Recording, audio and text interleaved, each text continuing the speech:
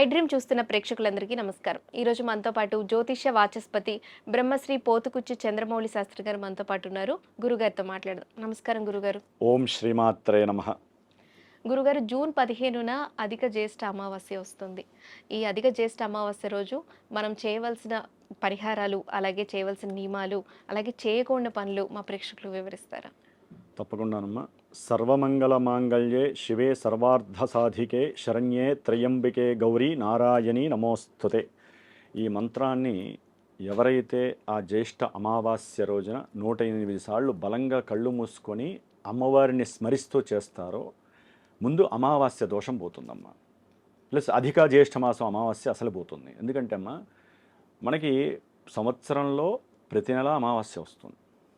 అమావాస్య రాకపోతే కష్టం కదా. కానీ అధిక మాసం 2.5 సంవత్సరాలకు ఒకసారి వస్తూ ఉంటుంది. అది మనకి ఒక్కోసారి సెప్టెంబర్లో వస్తుంది, ఒక్కోసారి అధిక శ్రావణ మాసం వస్తుంది, ఒక్కోసారి అధిక భాద్రపదం వస్తుంది. 4 నెలలు దీంట్లోనే వస్తుందమ్మా. ఇది జ్యేష్ఠము, ఆషాఢము, శ్రావణము, భాద్రపదం ఈ 4 నెలల్లోనే అంతరిక్షంలో జరిగేటటువంటి సూర్యుడికి సంబంధించి వైబ్రేషన్స్లో ఈ మాసాల్లో అధిక జ్యేష్ఠ మాసం. ఒక రాశిలో ఉండాల్సినటువంటి గ్రహము రవి ఇంకో రాశిలోకి మారకపోవటం వలన కలిగేది అధిక మాసము. కాబట్టి ఆ విధంగా వచ్చేటటువంటి అధిక జ్యేష్ఠ మాసంలో అమావాస్య రోజున విశేషముగా అబద్ధాలు మాట్లాడడం మానేయాలి ఆ రోజున. ఎందుకంటే జ్యేష్ఠ మాసానికి ఒక రకంగా మన భాషలో చెప్పుకోవాలంటే జ్యేష్ఠాదేవి అధిపతిగా చెప్పుకోవచ్చు. వేరే నక్షత్రం అంటే జ్యేష్ఠ నక్షత్రము అవి రకరకాలు ఉంటాయి. అమావాస్యకి అధిపతి శని భగవానుడు. శని భగవానుడి యొక్క భార్య జ్యేష్ఠాదేవి. కాబట్టి ప్రపంచంలో మనలాంటి పూజలు చేసే వాళ్ళకి శని అంటే భయపడతాం, జ్యేష్ఠాదేవి అంటే ఇంకా మహాభయం. జ్యేష్ఠాదేవి ఇంట్లో వచ్చి కూర్చుంటే లక్ష్మీదేవి ఉండదట. ఎందుకంటే ఆవిడ వెనక నుంచి వచ్చేస్తుంది. ఈవిడ ముందు నుంచి రావాలంటే, లక్ష్మీదేవి రావాలంటే చాలా ఉంటాయి. వెనక నుంచి వచ్చేటటువంటి జ్యేష్ఠాదేవికి మనం ఏం చేయక్కర్లా, పూజలు చేయక్కర్లా. మన ఇంట్లో ఉండేటటువంటి పరిస్థితులే ఆవిడని ఆవాహన చేసేస్తాయి. ముఖ్యంగా వాటిల్లో అబద్ధాలు ఆడడం ద్వారా శని భగవానుడికి ఆగ్రహం కలిగి జ్యేష్ఠాదేవి వచ్చి కూర్చుంటుందట.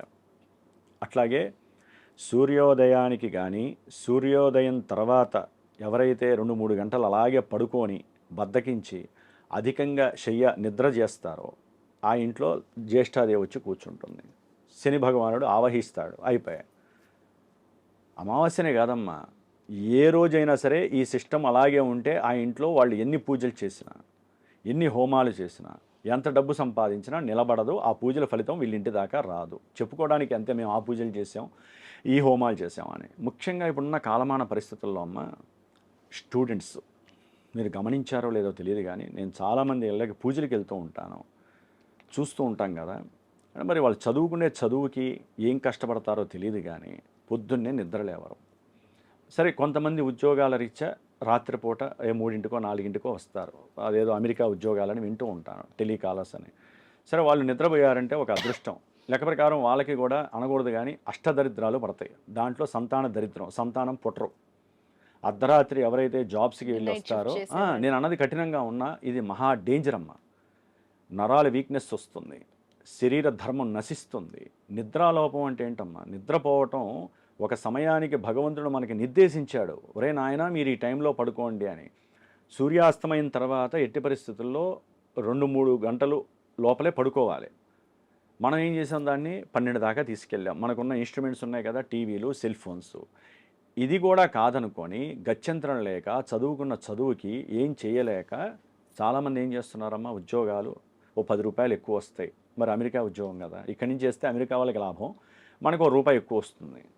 మరి ఏం చేస్తారు వాళ్ళు, వాళ్ళకి నిత్యము అమావాస్య లెక్క. వాళ్ళకి అంటే ఏంటి, అర్ధరాత్రి వస్తారు, తెల్లారి 11కి లేస్తారు.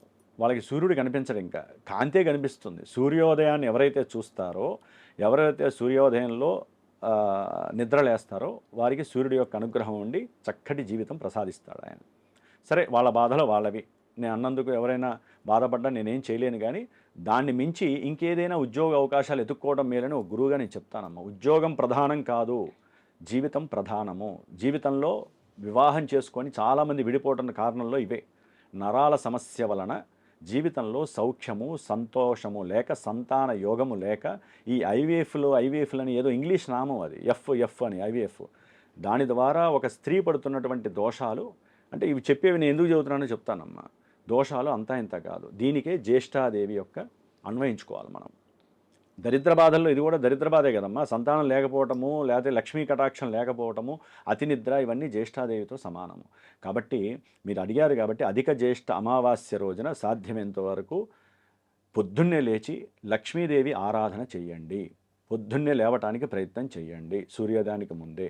కొంతమంది తల్లి తండ్రి లేనటువంటి వాళ్ళు తప్పకుండా ఆ రోజు పితృతర్పణాలు చేయండి.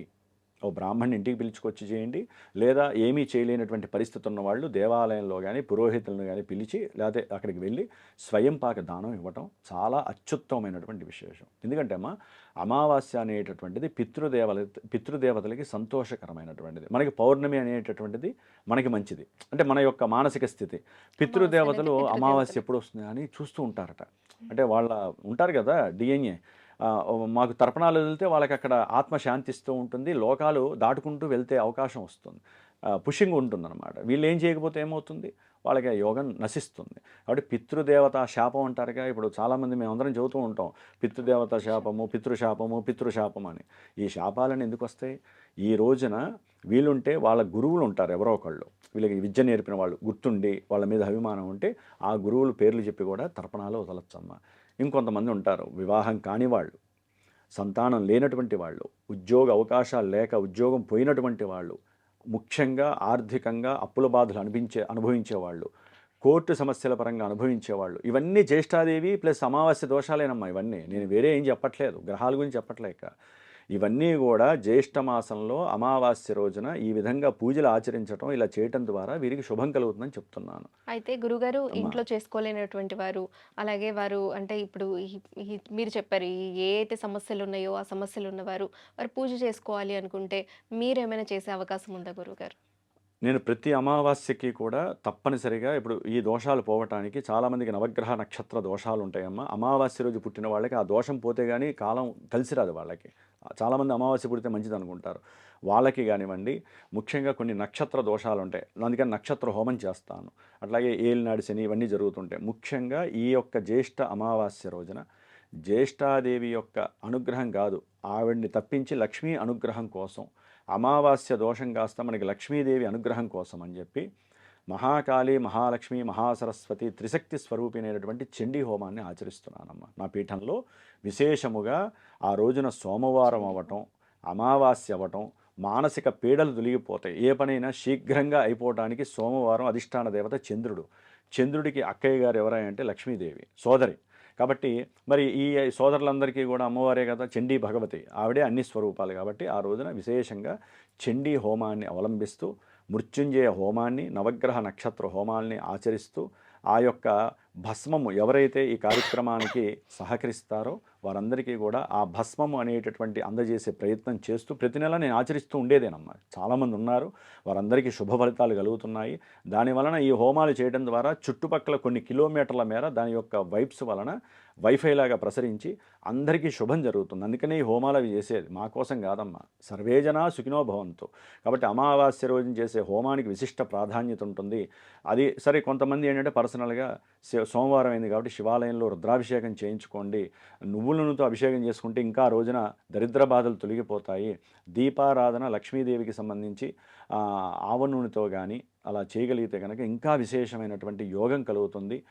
తల్లిదండ్రులకి మాత్రము తప్పకుండా తల్లిదండ్రులు లేనటువంటి వాళ్ళకి ఈ యొక్క తర్పణాలు వదలటం కానీ ఈ విధంగా చేయటం ద్వారా చాలా విశేషమైనటువంటి యోగం కలుగుతుంది. ఇందాక నేను చెప్పినట్లుగా కొన్ని పనులు మాత్రం అబద్ధాలు ఆడటం, లేటుగా లేవటం, చినిగిన వస్త్రాలు ధరించటము, వదిలినటువంటి వస్త్రాలు ఆ రోజు మళ్ళీ వేసుకోవటం వలన వాళ్ళు జీవితంలో ఎదగరు. కాబట్టి ఇంకా చాలా ఉన్నాయి చెప్పుకోవాలంటే.